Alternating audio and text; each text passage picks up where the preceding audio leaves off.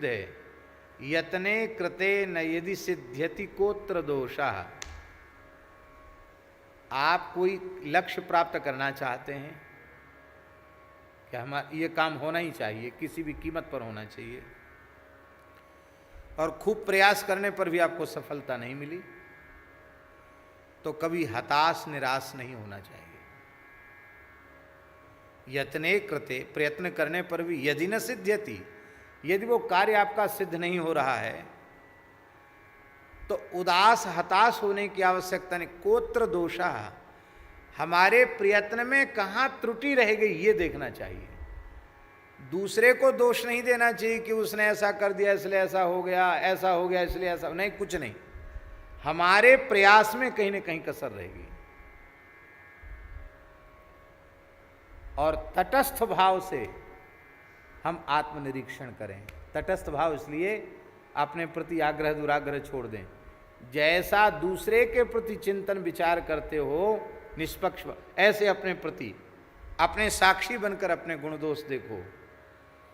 तो विवेक के प्रकाश में एकदम स्पष्ट दिख जाएगा कि हमारे साधन में कमी कहाँ रह गई, हमारे प्रयत्न में, हमारे पुरुषार्थ में कहाँ कमी रह गई। और जब कमी पकड़ में आ जाएगी और उस कमी को आप निकाल देंगे तो लक्ष्य की प्राप्ति सहज आपको हो जाएगी। आज भी कोई बहुत कठिन काम बड़े प्रयास से पूर्ण कर देता है तो लोग कहते बड़ा भगीरथ प्रयास किया। आज भी लोग कहते ना, अरे बड़ा भगीरथ प्रयास किया, भगीरथ प्रयास से ऐसा संभव हुआ, भगीरथ प्रयास। तो भगीरथ जी की तत्परता के कारण इतनी प्रसिद्धि हो गई कि उनके प्रयास को लोग भगीरथ प्रयास कहने लगे। भगीरथ जी ने विचार किया, हमारे दादा परदादा सभी तपस्या कर करके पधार गए, गंगा जी नहीं आई, क्यों नहीं आई? आखिर हमारे पुरखा थे, पिता दादा वगैरह, उन्होंने भी तो कोई कसर नहीं की, फिर गंगा जी क्यों नहीं आई? उनकी समझ में आया कि हमारे पूर्वजों के प्रयास में कमी कहाँ रह गई। वो कमी हम अपने जीवन में नहीं रहने देंगे। पहले ये युवराज बनते हैं, राजा बनते हैं, फिर प्रजा की व्यवस्था करते हैं, फिर अपने राजकुमार को युवराज बनाते हैं, इसके बाद फिर वन में जाते हैं, तपस्या करते हैं। तो बुढ़ापे में क्या तपस्या होगी भाई? और तपस्या करते करते जब तक सिद्धि होने को होती है तब तक आयु ही पूरी हो जाती है, जीवन चला जाता है। तो हम पहले राजकीय भोग नहीं भोगेंगे,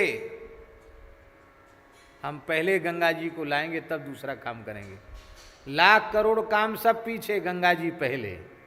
ऐसे ही किसी काम के पीछे पड़ जाओ कि सब पीछे, ये काम पहले, वो काम हो जाएगा।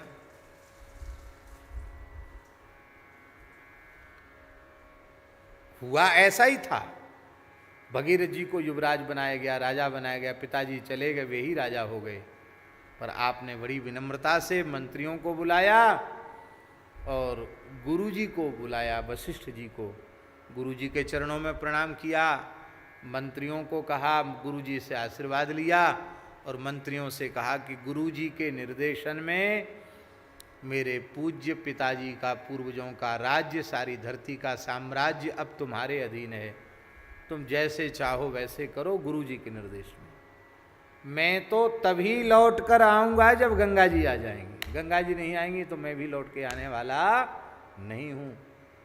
ये संकल्प करके भगीरथ जी चले, कार्यम वा साधेयम देहम वा पातेयम। इस निश्चय के साथ भजन में लगो, इस निश्चय के साथ भगवत प्राप्ति में लगो, इस निश्चय के साथ अध्ययन में लगो, इस निश्चय के साथ गौ सेवा में लगो, इस निश्चय के साथ संत सेवा में लगो, जिस किसी भी साधन में लगो इसी निश्चय के साथ। देहम वा पातेयम कार्यम वा साधेयम। अपने प्राणपन की पूरी बाजी लगा करके तब साधन करो, लक्ष्य की सिद्धि तत्काल हो जाएगी। भगीरथ जी को कई जन्म नहीं लेने पड़े, एक ही जन्म में काम हो गया। कठोर तपस्या की, और कठोर तपस्या की तो भगवती गंगा जी ने प्रकट होकर दर्शन दिया। बोलो गंगा मैया की जय।